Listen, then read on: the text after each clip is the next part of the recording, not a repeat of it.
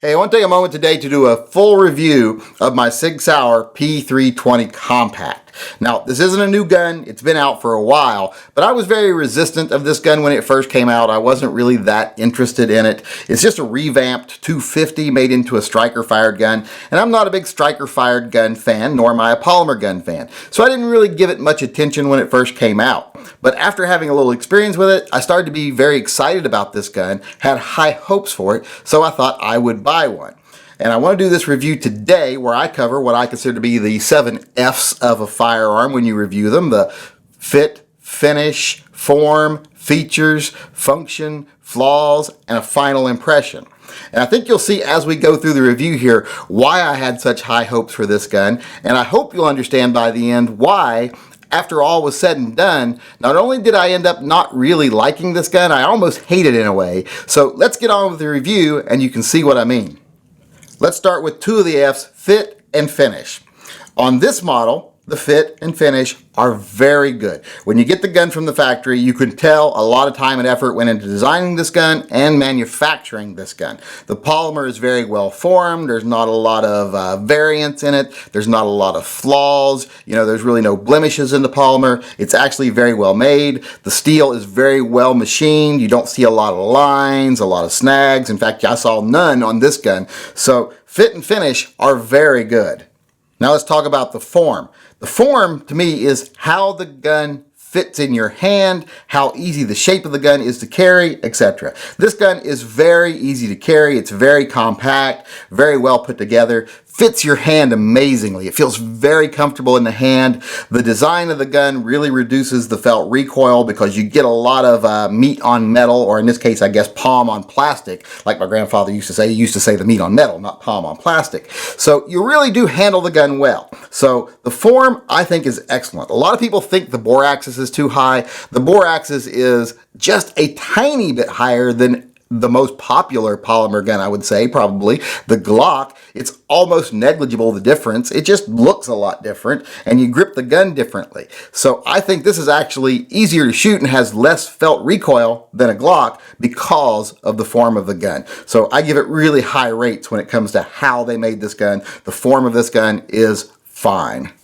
All right, now let's talk about the features of this gun. This gun, as it currently stands, is the compact model chambered in 357 SIG. It does have night sights that come with the gun. It does have 2 magazines that each hold 13 rounds of 357 SIG or 40 caliber ammunition. Now, for the sake of full disclosure, this gun started out as a 9mm with a flat dark earth slide. They call it flat dark earth. It's actually more of a bronze here, but it started off as a 9mm. I bought an exchange kit and changed it to the 357 SIG, which I think is more potent. So originally this gun held 15 plus 1 rounds, but now it's 13 plus 1 because I changed the caliber. Now, the only other change I actually made to this gun, other than changing the caliber out, was to change the trigger to an apex trigger.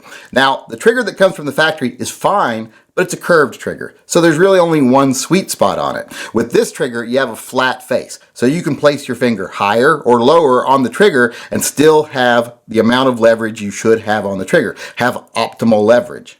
It really makes a big difference, makes the trigger more comfortable, doesn't really change the function in any way, or even the weights really, except for the perceived weight, but it is much more comfortable to shoot, in my opinion.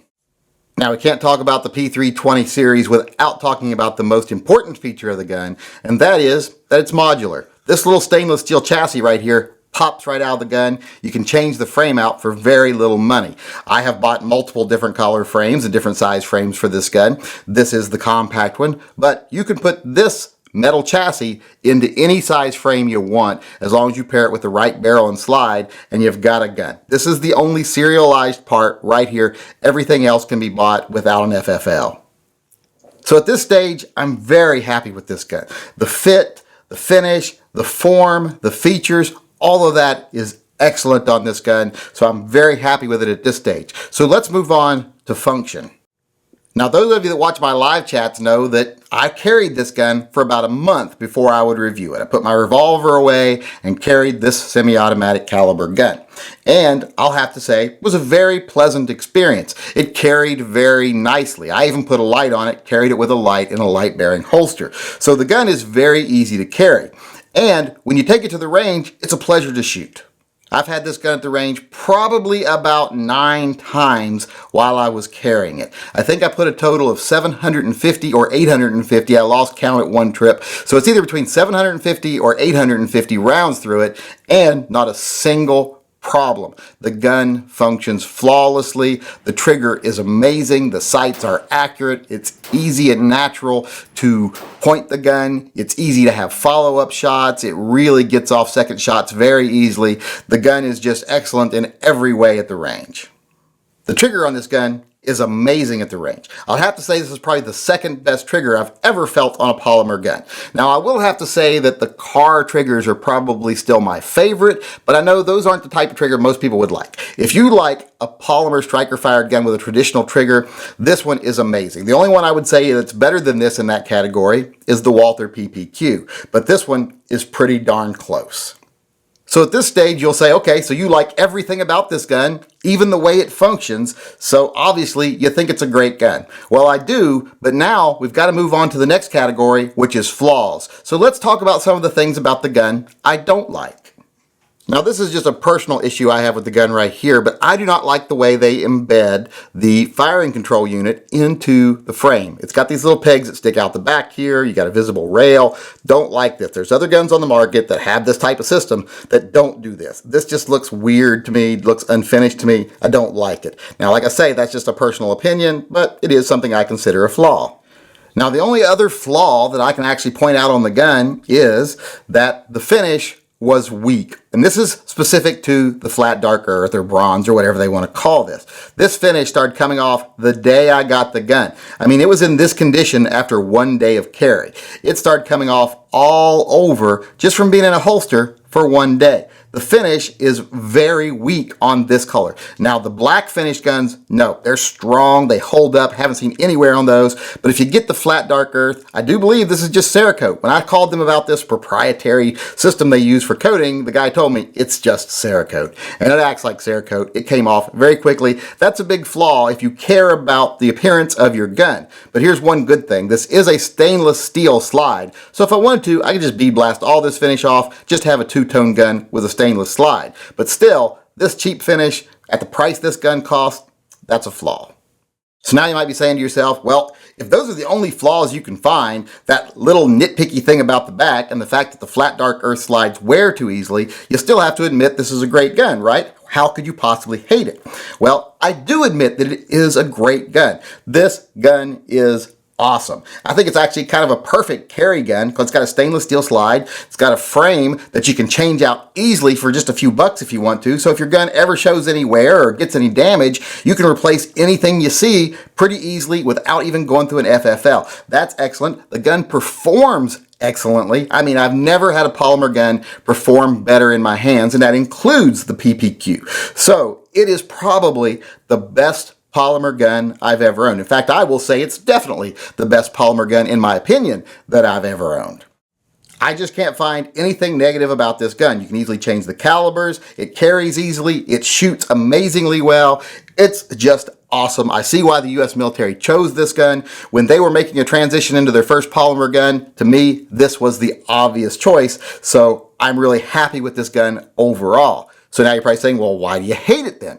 Well, there is one reason I kind of hate this gun, and that is because I'm a revolver lover.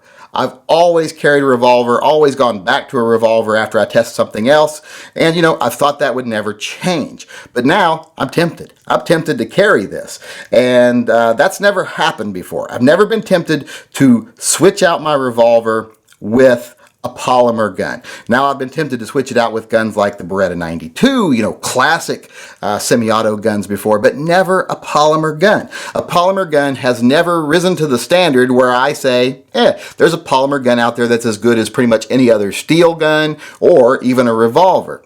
And with this gun, I kind of have to say it. I have to say this is the first polymer gun I've ever owned that that tempts me to move away from my revolver. Now, I'm not saying I'm going to do it, but I'm saying I'm tempted.